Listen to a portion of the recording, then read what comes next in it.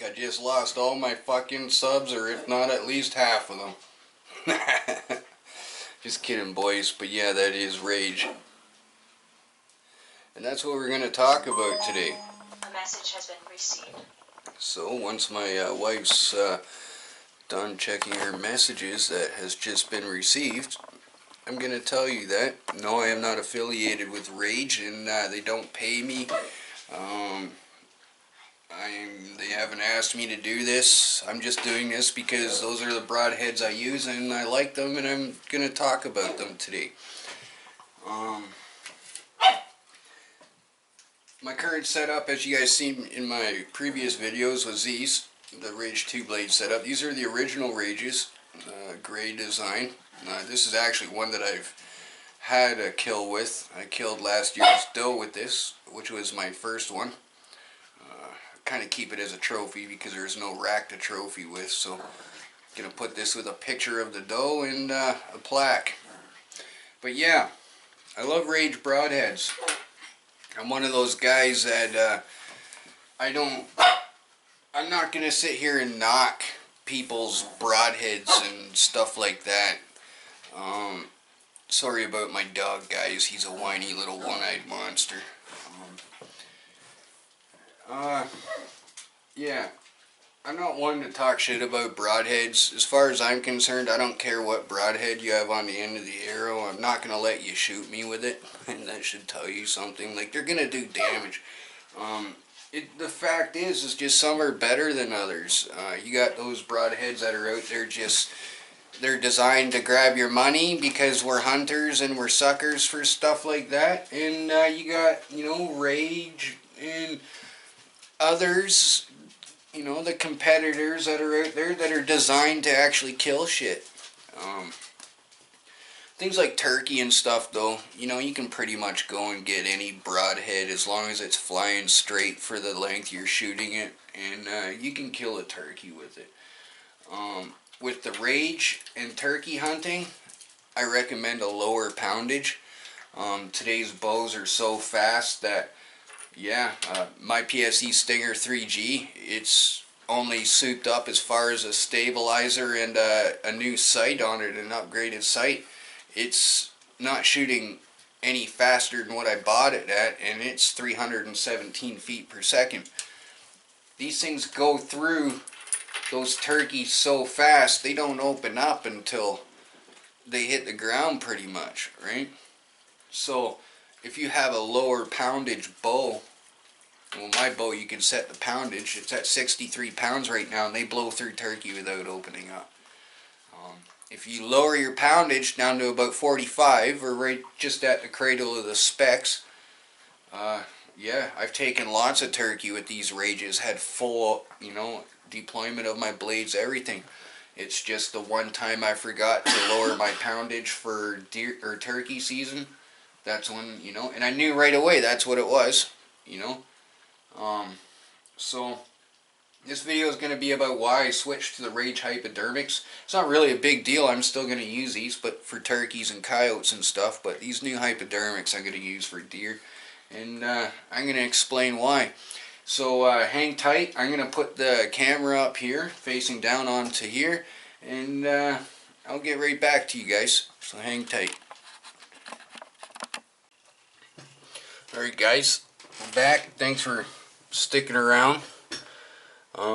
Yeah, you guys are probably wondering why I didn't open this on camera. Well, to be honest with you, I did. The problem is for some reason my phone, which I used to upload to YouTube, wouldn't find the videos on my SD card, but when I put my SD card back in my camera, they were there. So I'm basically redoing the video. Here's the packaging right here to prove that I haven't, yada yada yada. But that's the free sticker that comes with it. And the other one, they've been coming with them for a while. The other one's actually from my old pack. You got your fucking little whatchamacallits there. Hold on a sec, I've been saying it all day and I'm having a brain fart now. Your shock collars. So you got your shock collars here. It comes with 3 extra shock collars. These new Rage here, hypodermic, they don't come with the little rubber bands. Now, if you guys know about the old Rage, there's a little rubber band that sits right here. And have some of those too. Yeah. So, let's take a look at some of the differences here.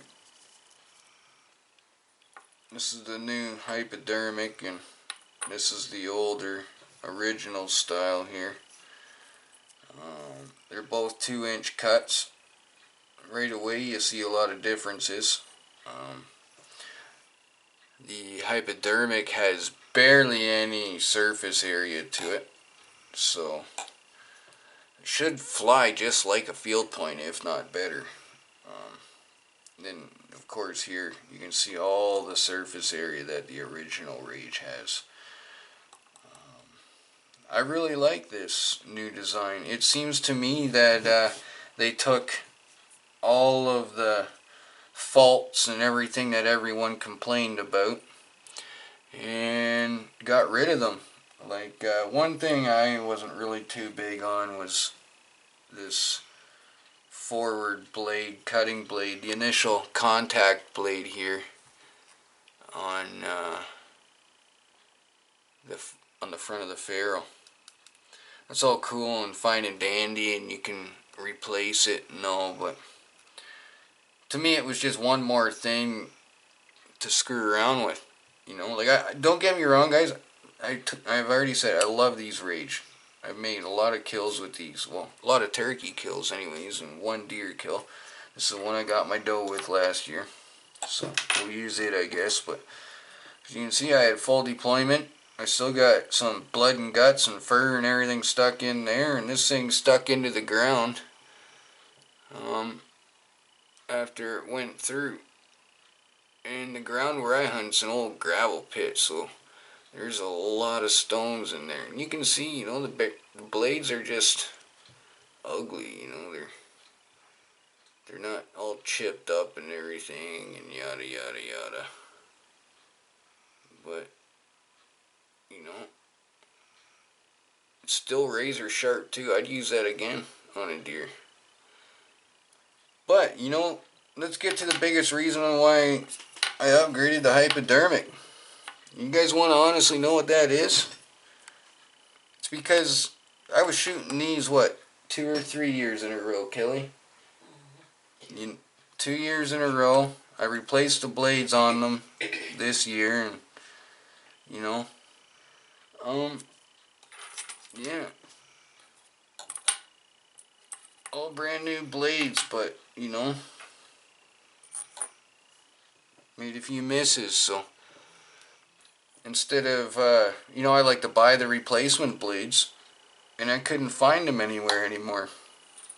So I kept hearing good things about these Rage hypodermics, and even good things from people who don't even like using mechanicals for that matter, and are fixed blade fanatics. Say those Rage hypodermics are the next best thing when it comes to, you know, mechanical broadheads. And, you know, some people may agree and some people may disagree, and some people are going to be saying that's absolutely spot on. And like I say, I'm one of those guys, if it's working for you, use it. If it matches your setup, yeah, if it matches your setup, use it.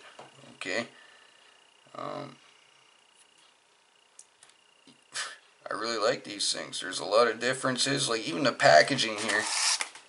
They had the packaging taped so they wouldn't even rattle in the package. And as you know, I'm a strong believer with practice what you hunt with.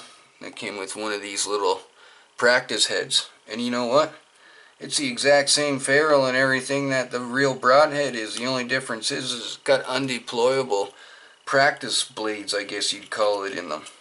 So you know what? You take this little shear pin or cotter pin out, or whatever you want to call it, and you put some replaceable hypodermic blades in there, you got yourself 4 broadheads.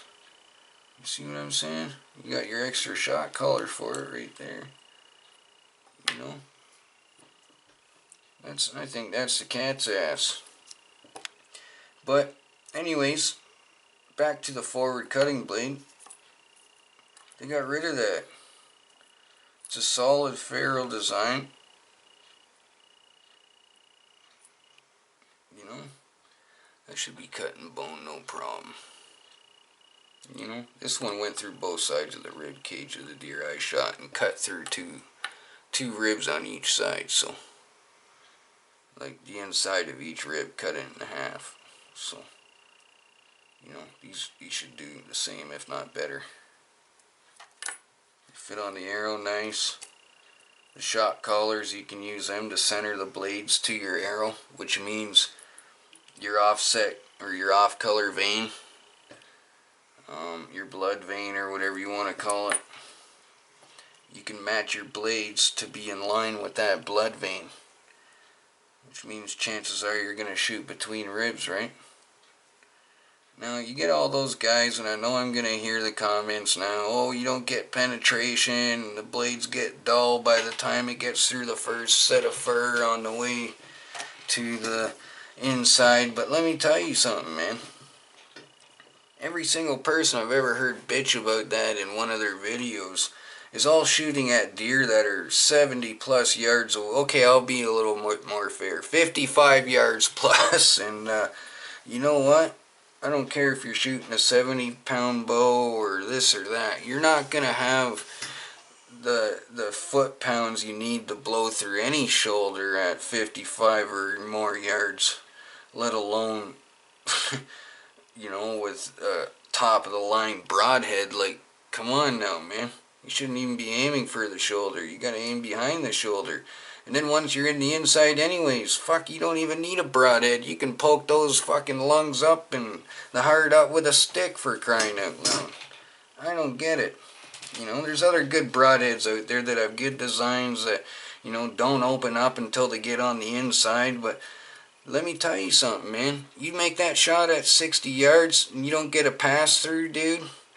Straight up. Good luck finding that blood trail, man. You gotta wait for that. You know, especially if you're shooting from a tree stand, because you're shooting downwards. You hit the opposite shoulder, there's no blood trail, man. Straight up. These things, I had a red carpet for 50 yards from where I shot my deer to where it dropped, and it died within 10 seconds. I don't see any problem with that. As a matter of fact, that's what you're after. So, until these show me different, I'm going to keep shooting them. And, again, like I say, these guys aren't paying me to say this. I'm not affiliated with them. I'm just pretty much a dime store hunter that's on a, you know, strict budget for hunting, and this is what I shoot, man. They've lasted me for a while. You know, the blades, the replacement blades, you get enough to replace a set of 3 a couple times. So, you know, like, they're only, what, $20 or something like that? Only $21 or something. So, you know, like anything, guys, you should check all your gear over, man. Straight up. What else do we like about these? I'm sure I'm going to make a video shooting something with them, but I think tomorrow I might get out there and show you guys a video shooting a practice tip.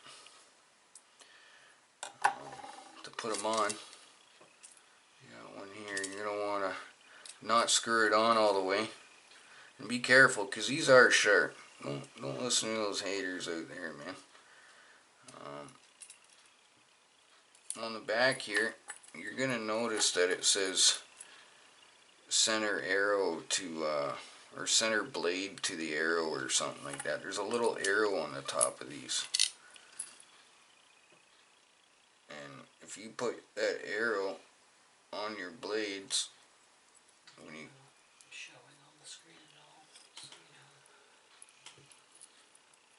there's some writing on top of this shot collar, and if you match that little arrow that's on there to where your blades are, it'll center up to your blood vein. It'll be vertical with your off vein.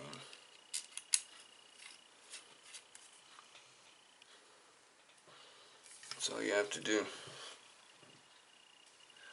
Just like I said, I guess I can't really show you, but yeah, it's vertical with this white vein, completely in line with it.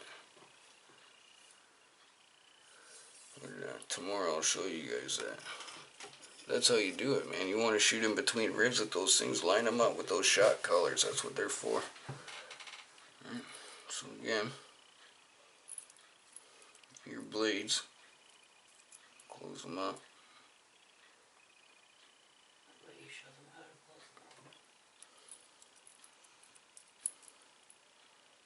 Now your blades deployed there.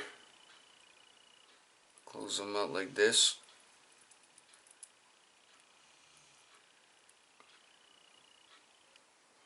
And you find that little arrow, and you just point the little arrow that's on top of the writing in this shot collar toward. You just point that little arrow at one of the blades.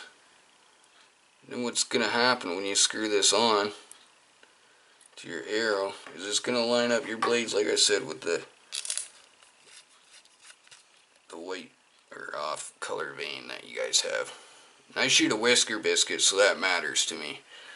A lot of guys, if you're wondering what a Whisker biscuit is, that's the arrow rest on my bow. And your veins, or flights, some people call them, on your arrow, have to go through that Whisker biscuit a certain way. And because there's a tough spot on them. And the whiskers or bristles are super, super tough. And if you don't have it going in between the two bottom veins here, then one of your veins hits it and throws your flight pattern off. So this is what I use for deer, guys. It's not the only thing I carry in my quiver, though. I carry Crimson Talon for coyotes. Here in Ontario, Canada, I think I've said this before in one of my videos, you don't need a license to shoot coyotes, or a tag, sorry. You need a hunting license and a small game license, right? But you don't need tags for them. You can shoot coyotes at any time of the year. And this is what I have in my quiver for coyotes. It's a Crimson Talon 100 grain. It's a fixed blade, but it's got airfoil blades. You can see that they're supposed to be bent and curved like that. And what that happens is it gives the arrow a spin, and it creates a little bit more accuracy. If you shoot it out of a recurve bow or a slow bow, you're gonna get what's called a lot of forward steer, and it's like a baseball, you know, a hard ball. When you throw a spinner, those threads catch the air, right? Well, it's the same effect. It'll just steer the front of the arrow. You'll be off a little bit. But yeah, yeah, I had somebody asked me if I got that coyote, Skynet. He's a new subscriber, and thanks for subscribing, Skynet. He asked me if I was going after that coyote or if I got a shot off at him, and I decided to, you know, scout out that guy for a few more days, and I didn't see him, and with it being so close to deer season, guys, I figured I'd just back out of there, and maybe I'd see him during deer season. And if not, you know, then come January 1st when deer season's over, I got something to do, right? But if he's still there, I got what I need to get him into bow range and take care of him. But I think he was just passing through because I haven't seen him again. It was only the first sighting this year, fortunately, and I don't feel it's worth putting any unnecessary pressure in there. Deer season's like October 1st here, so it's only 2 weeks away pretty much. And I can't wait. Got my buck tag. Oh yeah. Woohoo. Not showing you my shit, fools. But yeah, guys, I'll probably end her up here. You guys are wondering, no, I guess you can't see it in the video anyways. I was talking about my samurai sharp. It's what I sharpen my knives with and shit like that. Look it up. I got another video coming up. It's with this nocturnal, and why I use nocturnal. And don't get me wrong, I have luminox on my arrows too, but I have a problem with them, and you guys are gonna have to stay tuned for that and figure out why I use luminox and why I'm gonna stick with them, or not luminox, nocturnals, and why I'm gonna stick with nocturnals. This one, I made videos earlier, and for some reason it didn't work out, so this thing didn't fit my arrow anyways. It was pretty much a fail video. I'm going to take it back tomorrow, exchange it for one that fits my arrow, and then I'm going to do pretty much a review on it and let you guys know why I do use nocturnals. But like I said, guys, thanks for watching. To all my new subscribers out there, I appreciate it. I subscribe to your channels as well. And like, comment, subscribe. And until the next time, peace the frig out!